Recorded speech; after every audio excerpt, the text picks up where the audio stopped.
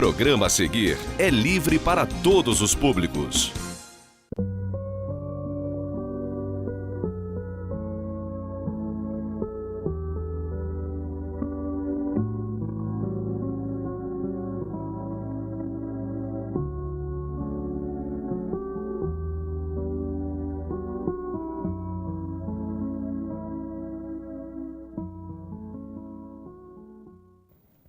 Olá, meus amigos, meus irmãos.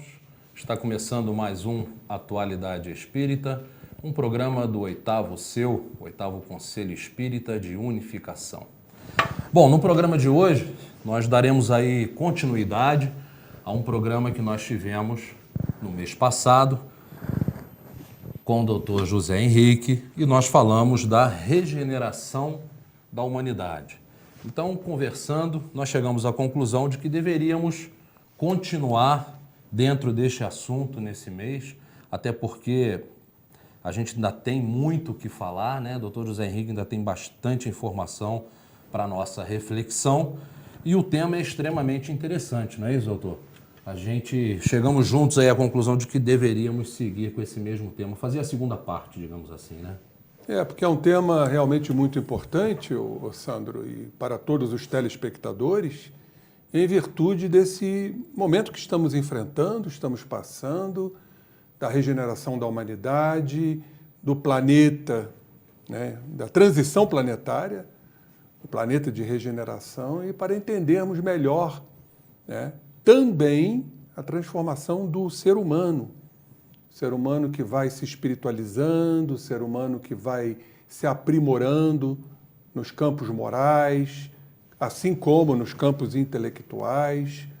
Como será essa geração do futuro, né? Então nós já temos algumas informações não só científicas e atrelando-as à nossa doutrina, quando Allan Kardec, no livro Em A Gênese, fala da geração nova. Perfeito. Não é verdade? E vamos recordar que ele nos diz que são espíritos que vão reencarnar, trazendo novas ideias, novos conceitos, com uma bagagem intelectual mais aprimorada, mais definida, vamos assim dizer, e já trazendo certas propensões ao bem, diríamos, com sentimentos inatos ao bem, e aí grande parte de seres que ainda estão aqui encarnados não retornarão, irão para outros planetas, para orbes, como diz o Evangelho, onde há prantos e ranger de dentes, por não estarem cumprindo aqui as leis de Deus.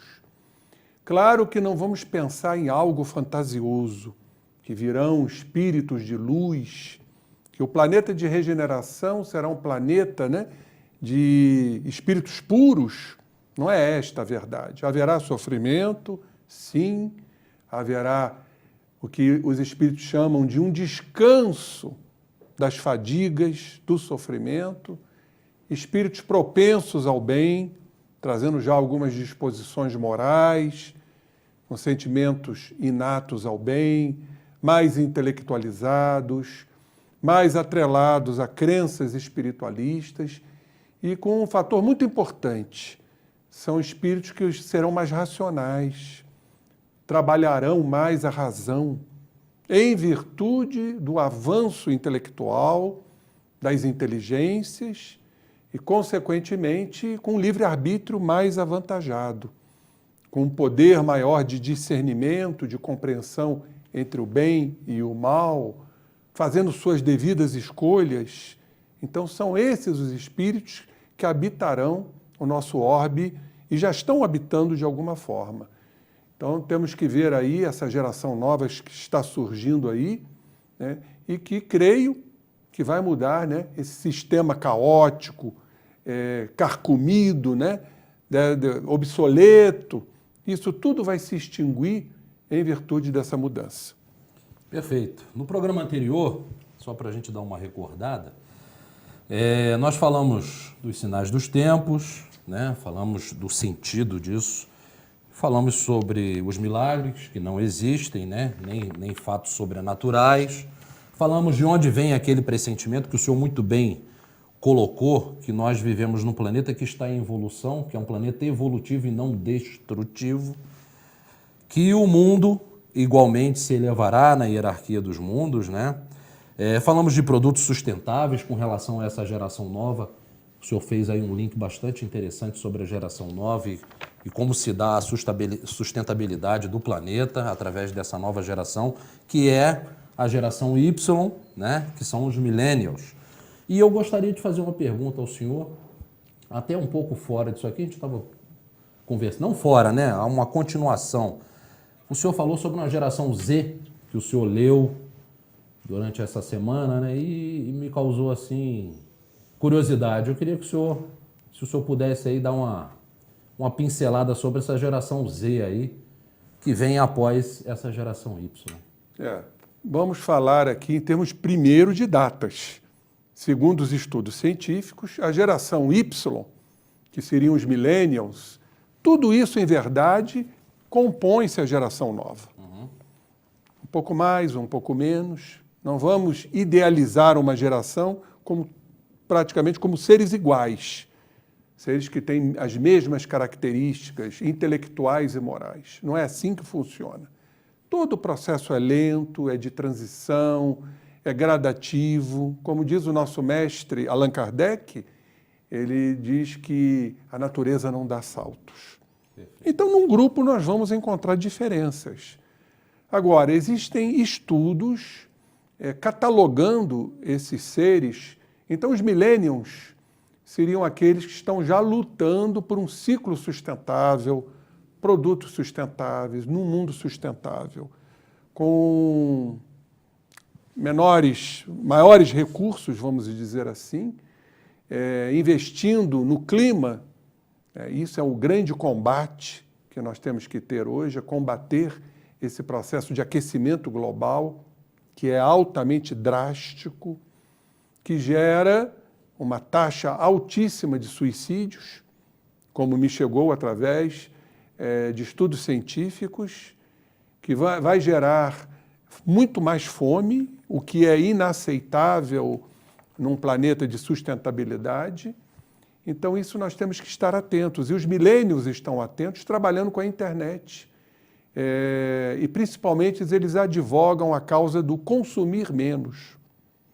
Ou seja, até a alimentação, comer menos carne, né? Consumir menos seria comprar menos, porque eles comprovam que o consumir mais não leva à felicidade de ninguém. Pelo contrário, isso a gente vai encontrar muito entre os egoístas. Tem uma frase dos egoístas, né? Que eu desejo o que eu não tenho. É a frase deles, porque eles nunca vão ter. Porque tudo se vaporiza, tudo é meteórico. Não é a felicidade material que ela é passageira, mas sim a espiritual que é duradoura. Então o egoísta está sempre comprando mais porque ele se acha, né, insatisfeito. Os egoístas são insatisfeitos, são inquietos, são insatisfeitos, então passam a consumir mais. Então a ideia dos millennials é o consumo menor, são as economias, sair da sala, apagar uma luz, não entrar nessa mídia aselvajada que nos convida ao consumismo, de comprar, por exemplo, 1 litro de suco quando vamos utilizar meio litro, com descontos, isso tudo para nos iludir. Mas hoje estamos diante de uma nova geração, porque a geração Y, ou os milênios, nasceram entre 1980 e 2000.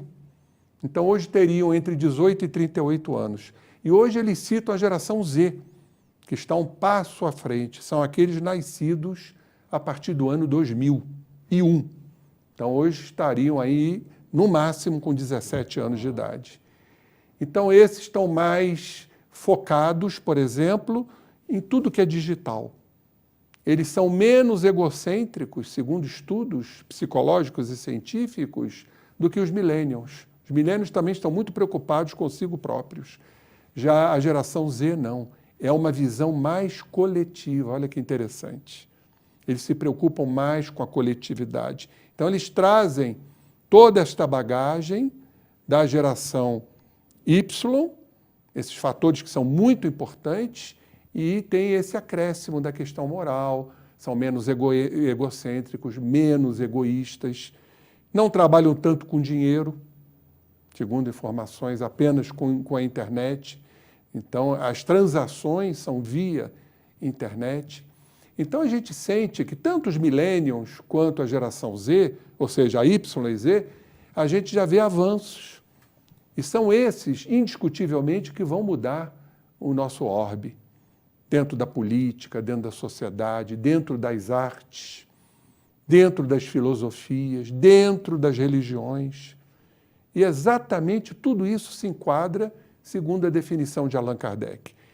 E, principalmente, eles demonstram claramente, principalmente a geração Z, uma evolução já adquirida anteriormente, provavelmente em outras existências, porque eles trazem disposições, assim como os millennials, intuitivas. O intuitivo é aquele que já sabe, já está aquilo como compactado, consolidado dentro deles. Eles não se esforçam, por exemplo, para fazer o bem. Fazem o bem naturalmente, porque o bem já está dentro deles, já é um processo intuitivo. E, consequentemente, também serão criaturas mais mediunizadas. Pela própria evolução do corpo espiritual, estarão mais desprendidos do corpo físico, trazendo os conteúdos psíquicos do passado que ainda precisam ser resolvidos, porque não são espíritos puros e nem superiores, e travando o contato com o mundo espiritual. Na mediunidade, chamada mediunidade do futuro, que chamamos a mediunidade intuitiva. Os processos não serão de incorporação, mas de captação dos pensamentos e mensagens da espiritualidade maior. Muito bonito isso. Perfeito. Bom, eu queria que a gente falasse um pouco mais sobre a questão do suicídio. Hoje, a cada 40 segundos, uma pessoa se suicida. Estamos aí, segundo os dados da Organização Mundial da Saúde, entre 800 mil suicídios e 1 milhão. Isso são dados recolhidos e a gente sabe que esses dados chegam de forma um pouco tortas ainda, né? Não são todos os países que têm uma coleta exata, né? Muitos suicídios são tratados como acidentes, enfim. Mas vamos trabalhar com o número de 1 milhão, então isso é um número extremamente elevado. E o senhor, terminamos o outro programa tocando nesse assunto que o aquecimento global pode aumentar o número de suicídios. E eu queria que o senhor fizesse essa relação com o que leva a criatura a se suicidar, né? E a respeito desse, como o aquecimento global pode interferir aumentando o número de suicídios, que já é uma coisa assustadora no planeta. É o que leva o aquecimento global levando ao suicídio. Isso é um tema para ser bem destrinchado e bem entendido. E volto aí a reforçar tudo que você falou, que consta lá nessa comunicação de um espírito que está lá no livro Obras Póstumas, que vale a pena ser lido no capítulo Regeneração da Humanidade. E eles citam, isso foi em 1866, se não me falha a memória, essa comunicação para 2 médiuns.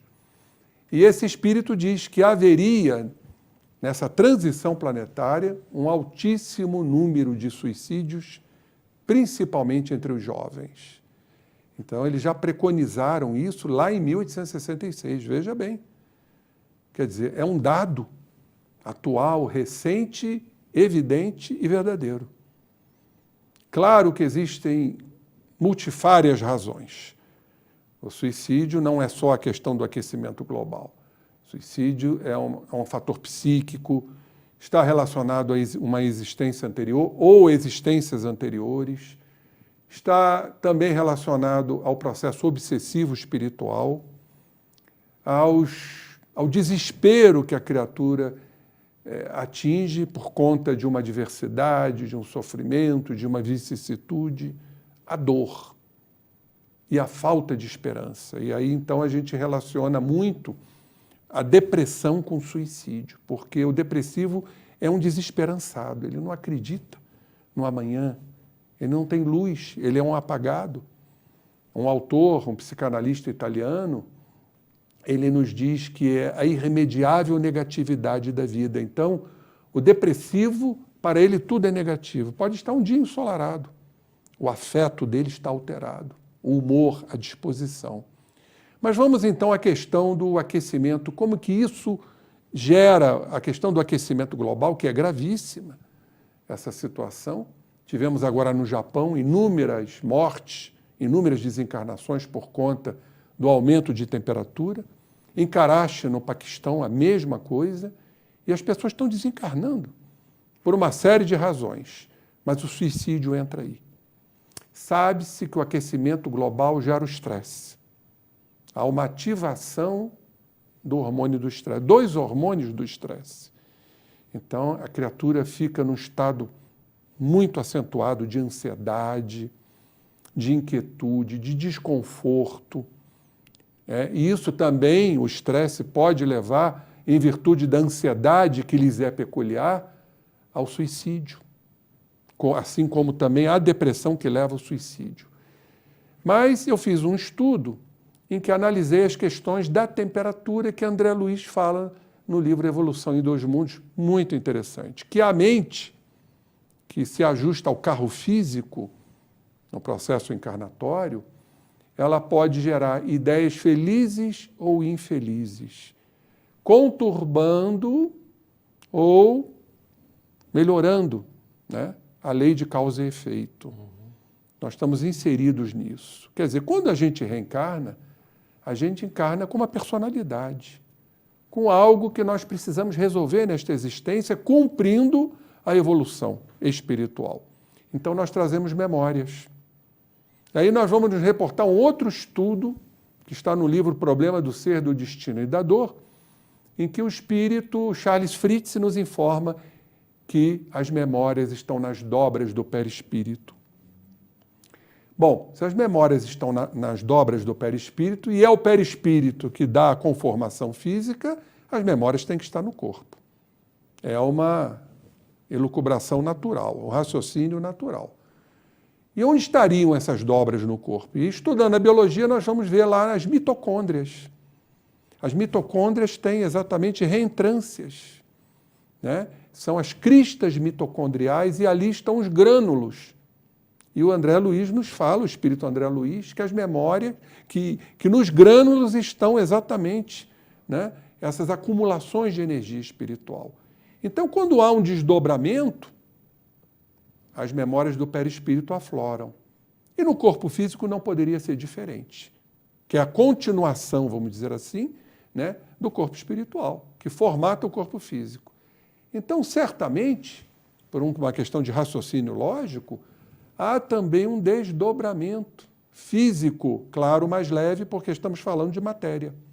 O que vai acontecer? As memórias afloram. E quais são as nossas memórias? O que nós guardamos ali para resolvermos gradativamente, e isso vem com uma avalanche muito grande. Nossas memórias não são as mais dignas. Nós trazemos questões do passado para serem resolvidas. Então, no estresse acontece isso, porque o estresse é um estado alterado de consciência. É um estado não comum de consciência, em virtude do calor, já que a mente atua nos processos endotérmicos, o calor do corpo, como nos afirma o espírito André Luiz. Olha que coisa interessante. Então, a ação mental, em virtude do calor externo, vai alterar o processo endotérmico. Até porque existe uma lei da química, do equilíbrio químico. Então, se você tem um excesso de temperatura em A, quer dizer, região A, que seria a região externa do planeta, a tendência é se deslocar para B. B é o corpo. Então, vai haver um maior rendimento. E quando você tem excesso de calor corporal, você doa energia, doa calor para equilibrar. Só que essa doação de energia vai encontrar um excesso de calor do lado de fora, que volta a jogar para o lado de dentro. Olha que coisa interessante. Para atingir o equilíbrio, a gente funciona assim, na lei do equilíbrio químico. E aí o que acontece? Vai haver uma concentração maior de calor intracelular. Isso vai gerar um desdobramento, vai gerar aquele florescimento de memórias que está lá nas mitocôndrias da organização celular. E o que vem à tona, então, em virtude disso? vêm as nossas alterações, que estão lá reprimidas para serem resolvidas homeopaticamente. Aquilo vem como uma avalanche, como uma inundação, gerando desequilíbrios mentais. Aumentando o estresse, a dor, o sofrimento, de acordo com as memórias que são trazidas por essa expansão perispiritual, né? E a expansão também do corpo físico. Olha que interessante. Então, isso vai gerar realmente desequilíbrios emocionais intensíssimos. E a pessoa desequilibrada, ela não raciocina. E se você imaginar que aliado tudo isso tem todo um passado de dívidas, de débitos, e mais os comparsas espirituais que estão sempre ao nosso derredor. Sim, que vão aproveitar essa oportunidade para se acoplar, né, e incentivar aqueles pensamentos. Não os pensamentos, mas aqueles sentimentos que afloram naquele momento, né? Como disse Paulo, estamos cercados por uma nuvem de testemunhas. Perfeito. Pela lei da afinidade. Bom, vamos fazer agora um pequeno intervalo, então. A gente já está com o tempo um pouco avançado e a gente já volta com um pouco mais de regeneração da humanidade.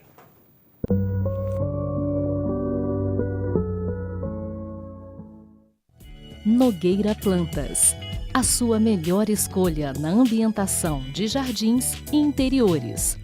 O que você procura para dar aquele toque especial nos mais diversos ambientes ou simplesmente presentear quem ama. Ligue ou venha nos visitar. Nogueira Plantas, Rua Dom João VI, 475 no Cônego, 2528-3030.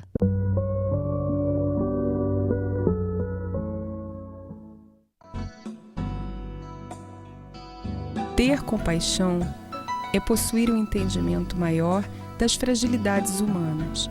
É quando nos tornamos mais realistas, menos exigentes e mais flexíveis com as dificuldades alheias.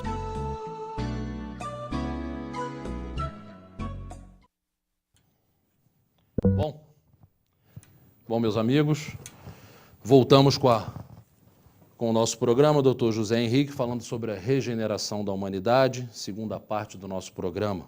Então, doutor, nós não teremos, portanto, o fim do mundo material e sim do mundo moral? Quais seriam as chagas que irão sucumbir gradualmente com o fim do mundo moral? É muito importante essa pergunta, Sandro, e temos que entender que as coisas também não se resolvem da noite para o dia. A substituição, não é rápida, ela é lenta.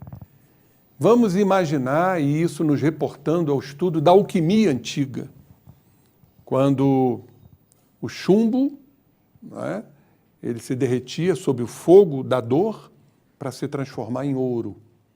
E assim é a química também, quando elementos químicos se combinam para mudar o que está ali.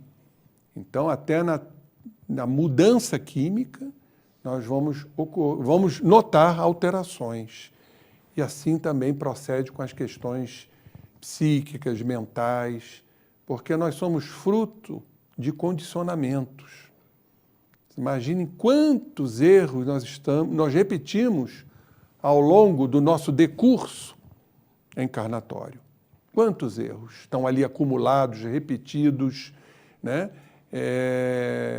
Estão implantados dentro de nós. Então, nós não vamos resolver isso num passe de mágica. O processo é lento, o processo é gradativo. As mudanças são sofridas, são gradativas, lentas.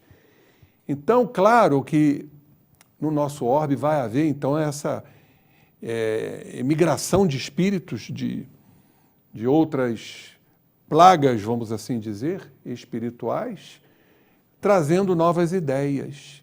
E não podemos esquecer do nosso papel, que a gente fica nessa esperança de que espíritos de luz vão chegar aqui para mudar o planeta. E aqueles que estão aqui? Nós temos que secundar este processo, né, da regeneração. É o nosso papel de homens novos, ou seja, eliminando, exterminando esse homem velho que habita dentro de nós, com aquelas crenças ainda que eu chamo de crenças fossilizadas. São verdadeiros fósseis. Então, nós estamos aqui nesse papel de contribuir para a regeneração da humanidade. Como? Fazendo mudanças capitais em nossos comportamentos, rompendo padrões, crenças. E aí nós vamos citar uma palavra mágica que nós temos que lutar, que são os apegos. Apegos materiais, apegos sentimentais e, primordialmente, apegos às nossas crenças das quais não abrimos mão. Então, isso é um processo lento, porque não raro vamos incorrer em novos erros, que precisamos estar atentos para combatê-los. E quais seriam essas chagas? As principais, que lá nessa comunicação o Espírito nos informa. Uma delas é o preconceito. Então, o trabalho árduo de combater o preconceito, que são inúmeros. Preconceitos raciais, sexuais, preconceitos religiosos, ideológicos, que o ser humano não abre mão. Olha o apego aí. Então, o preconceito, ele será atingido lá no seu ponto mais nevrálgico, para que ele vá gradualmente se rompendo nas suas ideias estabelecidas e pré-estabelecidas. O orgulho seria uma outra grande chaga, né? O que é o orgulho, né? É a manifestação, né, de uma importância que não temos, até como uma forma, né, de compensar as nossas fragilidades psíquicas. O orgulhoso, ele é um inseguro. O orgulhoso, ele é um medroso. O orgulhoso é um fragilizado. Então, ele tenta aparentar, mediante esse orgulho, o que ele, na verdade, não o é. São as aparências. Joana de Anjos chama de homens aparências. Aparentar aquilo que ele não é. E aí, então, vem as compensações através da agressividade, da violência, da arrogância, da prepotência. Tudo isso está, em verdade, nesse mesmo bloco, o bloco do orgulho. A terceira grande chaga, poderíamos citar o egoísmo. É quando a gente só olha para dentro de si, ou egocentrismo, ou egolatria, tanto faz. É o eu em primeiro lugar. Então a gente não olha o outro. E quando a gente olha, a gente vê a nossa imagem no outro, num processo de transferência. Ou então jogamos no outro aquilo que não nos interessa ver, é a projeção psicológica. Entende? Então aí passamos a julgar o outro, que em verdade estamos julgando a nós mesmos, daquilo que não queremos ver. Então o egoísta é isto, ele está colocado, ele está encadeado ali dentro desse edifício de valores dos quais ele não abre mão. Temos o fanatismo, uma outra grande chaga. Fanatismo no terreno mais amplo que você possa imaginar. Não só o fanatismo religioso, fanatismo por ideias, fanatismo por crenças. Exatamente, é o engessamento das suas teorias, das suas ideias. E para terminar, uma outra grande chaga seria a quinta, seria a incredulidade. Então o ser humano, ele passa a ser incrédulo diante de determinadas leis, as leis morais, leis religiosas e espirituais, porque verdadeiramente ele não quer se modificar. Então, ele cai no terreno da incredulidade, do ceticismo. Por que vou mudar? Então, ele fica apoiado. A gente sabe que o cético, o incrédulo, na verdade, uma persona, é uma proteção diante do medo e da insegurança que ele traz. Então, ele não quer se envolver absolutamente. Então, ele prefere não acreditar, ser incrédulo, cético, diante de uma realidade que está diante de seus olhos. Então, todas essas chagas vão lentamente se dissolvendo diante deste planeta de regeneração e da mudança do ser humano, daquele que se faz detentor da possibilidade de voltar ao planeta, porque muitos não retornarão. Muitos vão ter que cumprir sua evolução em outros orbes.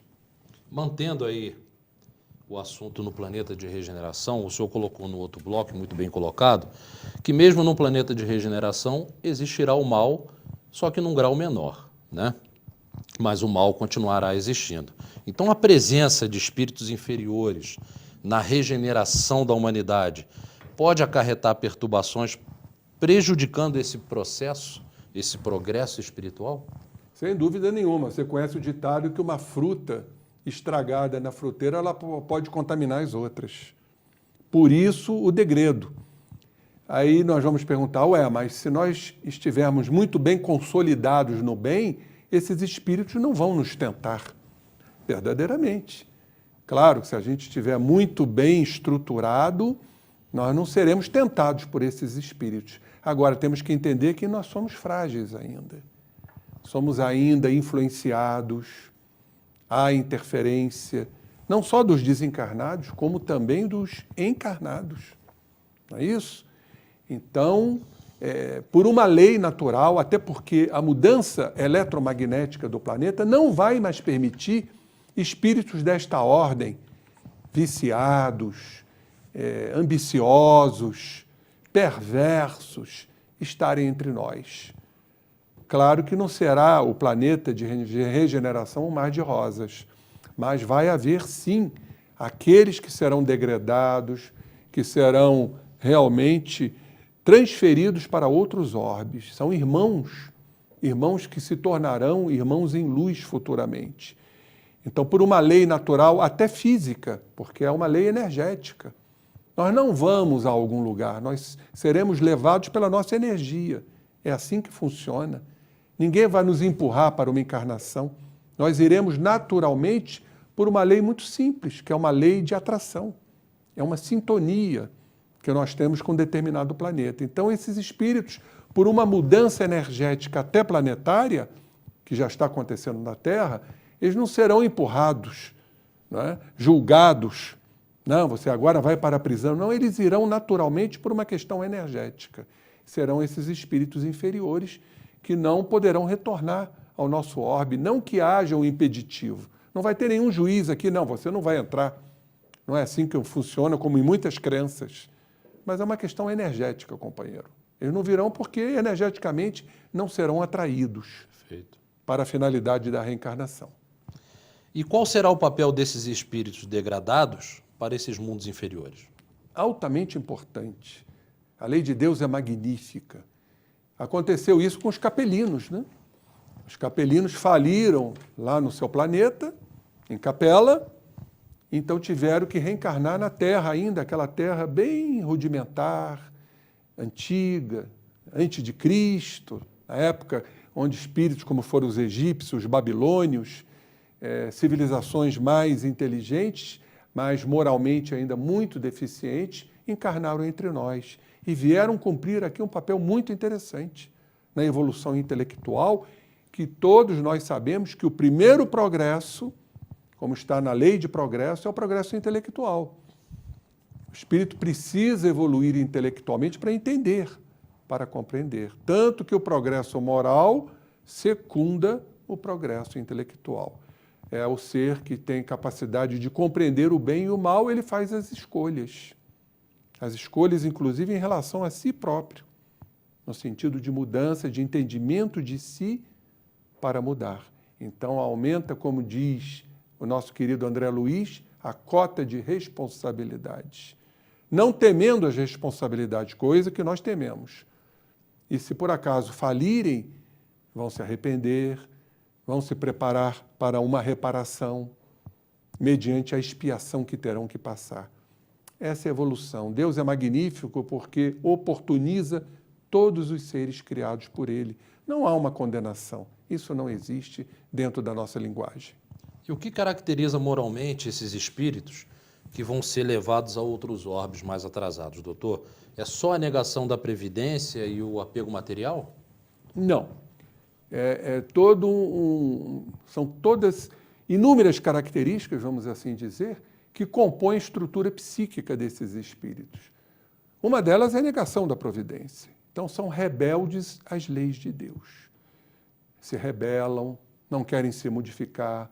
Muitos são frios, insensíveis diante da dor do próximo, ainda gélidos dentro de si. Mas não é só a negação da providência, a rebeldia, a teimosia, mas também, como você citou, o apego.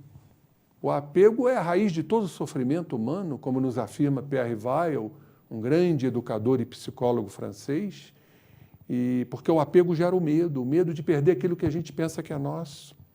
E aí vem então o estresse, vem a ansiedade, a possibilidade de não conquistar ou de perder. Ou seja, a gente vai perder nossas conquistas. Então, essas são duas características desses espíritos inferiores, mas não são só essas. São espíritos vaidosos, extremamente vaidosos, são espíritos ainda dentro de um processo de cupidez, de ambição pela matéria, prejudicando ao próximo, perversos, avarentos, egocêntricos ao extremo, pensando só em si, egoístas. Então, uma série de deficiências morais que nós sabemos que esses espíritos trazem dentro de si e que vão ter que cumprir sua evolução, onde há prantos e ranger de dentes, como está lá no nosso Evangelho. E alguns desses espíritos aí retardatários, eles poderão retornar ao planeta se eles cederem às circunstâncias, digamos assim?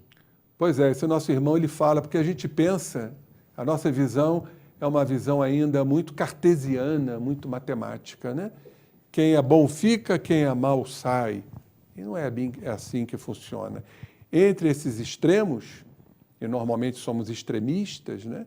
Trabalhamos muito nos polos extremos, nós vamos encontrar uma inúmera condição espiritual que nós não podemos ainda classificar, vamos assim dizer, entre o mal, considerado mal, e o bem, considerado bem. Entende? Então, muitos que cedem às circunstâncias, que são envolvidos pelos exemplos, pelas companhias, que acabam cometendo os erros, como diz esse nosso irmão, a casca está mais estragada do que o cerne. Então, ou seja, a periferia, que é a casca, ela está mais estragada do que a raiz da criatura. Então, elas vão ver grandes exemplos e vão seguir esses grandes exemplos. A gente vê isso até quando a gente lida com obsessores. Quando a gente modifica o nosso padrão comportamental, a gente vai atrair o obsessor para que ele também se modifique. Não é assim que funciona?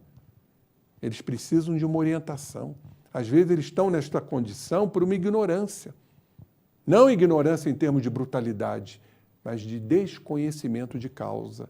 Então eles vão ceder ao império das circunstâncias quando eles verem irmãos mais iluminados, mais felizes. Então eles vão querer seguir também. Então esses espíritos terão oportunidade de retornar já ao planeta, já no curso da sua regeneração. Não serão degradados para planetas onde há prantos e ranger de dentes. Os verdadeiros sinais dos tempos derroga a lei da natureza? Absolutamente. Né? Nada derroga a lei da natureza, porque a lei da natureza é a lei de Deus. Uhum. Deus permite que tudo aconteça. As mudanças planetárias, até os cataclismos. Estamos diante agora, né, do furacão lá norte-americano, né, que está devastando uma parte lá do país. E assim como os cataclismos, também toda essa mudança planetária que está ocorrendo, essas desigualdades sociais, aonde a gente vê, como eu costumo dizer, o império da fome. Isso é inaceitável, companheiros. Está lá no Livro dos Espíritos. É a coisa que realmente a gente não consegue entender. É um filho de Deus está passando fome, quando existe essa abundância planetária que poderia ser mais dividida. Nós estamos vivendo um momento de profunda desigualdade e profundo egocentrismo, como nos afirma o Bauman, o grande pesquisador polonês, filósofo, sociólogo, vivendo um momento onde poucos estão tendo muito e a grande maioria não estão tendo nada. Agora, tudo isso é permitido por Deus, porque tudo faz parte dessa transição, da seleção natural, de quem é quem, de como o ser humano está se definindo, para que lado ele vai, para que fileira ele vai. Ele vai servir a Deus ou vai servir a Mamon? Essa é a grande questão. E aí entra a escolha. Escolha que Deus permite que nós escolhamos. é o livre-arbítrio, a maior concessão que Deus nos deu, que é o livre-arbítrio. E a gente vai escolher de acordo com as nossas tendências, óbvio. Vamos ter que responder por elas, sejam elas negativas ou sejam elas positivas. Haverá liberdade de consciência extinguindo o fanatismo e a incredulidade? Incredulidade, sem dúvida nenhuma. Só a liberdade de consciência, a expansão da consciência, o estado ampliado da consciência, que nós vamos nos abrir. Somos seres, como diz um grande filósofo, inacabados. Nós somos inacabados. Tudo é acabado em a natureza. Nós somos inacabados, porque estamos evoluindo ainda. Então, só a expansão, que chamamos de liberdade da consciência, que acompanha a evolução da inteligência, assim como a expansão e a amplitude do livre-arbítrio, é que fará com que as criaturas se abram para um novo pensamento, uma nova ideia, né? Que são esses espíritos que estão chegando e mais aqueles que estão aqui encarnados, já completamente alistados nas hostes morais do Cristo, que não há outro caminho. Cristo é essa amplitude psíquica, moral e espiritual, de abertura. Nós tememos a abertura. Por que nós tememos a abertura? Que nós tememos falir, fracassar. A gente sabe disso. Quem lê o capítulo da reencarnação do Segismundo deve se lembrar como ele temeu voltar. Ele estava ali num processo de pânico, porque ele teve medo de falir novamente, diante de tudo que ele passou. Que nós tememos verdadeiramente as nossas decisões, ainda muito dominadas pelo nosso ego, que escraviza. Por isso nós estamos fechados nas nossas ideias, ainda ideias obsoletas. É aquela zona de conforto, como a gente costuma dizer. É preferível estar sofrendo dentro daquilo que eu conheço do que me expandir para aquilo que eu não conheço. Porque nós tememos verdadeiramente, esse é o grande medo do ser em evolução, que é o medo da responsabilidade, porque tememos o fracasso. O nosso ego não permite verdadeiramente o fracasso, a derrota. Então ficamos fechados. Como diz a nossa querida Joana, ergastulados, aprisionados, né, nessa pequenez que nos é conhecida. E a gente fica ensimesmado nessas ideias. A partir do momento que vamos libertando as consciências, mediante as nossas escolhas, vamos buscando novos valores. É a abertura. Abertura para o ilimitado, para o grandioso. Tem uma frase do Mestre Jesus, no seu momento final, quando esteve entre nós, que explicita exatamente essa abertura, essa liberdade de consciência, essas escolhas, quando ele disse que foi para nós aquela frase que ele citou: Pai, a ti eu entrego o meu espírito. Então ele mostrou ali, né, esse poder ilimitado que ele tinha de se abrir ao Pai sem medos, sem receios, que exatamente o ser que já não deseja mais, o desejo de ter, porque ele já é, eu sou o que eu sou. Então é coisa maravilhosa quando entendemos isso, como as nossas consciências vão se libertando gradativamente e, com isso, vamos adquirindo a felicidade, porque já temos dentro de nós aquela fé que Jesus nos fala, que é do tamanho de um grão de mostarda. Nada vai nos deter diante da fé. Doutor, eu queria lhe fazer uma última pergunta e queria que o senhor respondesse em menos de um minuto. Vamos tentar, né? Como espíritas, qual o nosso papel diante da regeneração da humanidade, desse momento que nós estamos atravessando? Pois é, né? É uma responsabilidade muito grande. O grande papel nós vamos encontrar para aqueles que queiram se aprofundar na missão dos espíritas, que foi ditado pelo espírito de Erasto. Está lá no Evangelho segundo o Espiritismo. Porque é de uma responsabilidade enorme, meu irmão, e a todos que estão nos ouvindo. Quando esse espírito, Erasto, que foi discípulo de Paulo, ele nos diz que as línguas de fogo estarão sobre nossas cabeças. Você já parou para pensar nessa responsabilidade? Os espíritos de luz, vós sois os eleitos por Deus para essa grande transição. Ide e pregai. Mas não é só pregar a palavra, trazer as informações. É pregar o exemplo. Eu acho que está aí, né, a grande missão dos espíritas, o grande papel nessa regeneração planetária. Sermos homens de bem, exemplos. Porque, como diz o velho ditado, as palavras convencem, mas os exemplos arrastam. Doutor, muito obrigado mais uma vez. Temos aí bastante material para a nossa reflexão durante esta semana. E até a próxima oportunidade, mês que vem, mais uma vez, estaremos juntos. Muito obrigado. Eu que agradeço, um abraço a todos. Meus irmãos, fiquem todos com muita paz e até o próximo programa.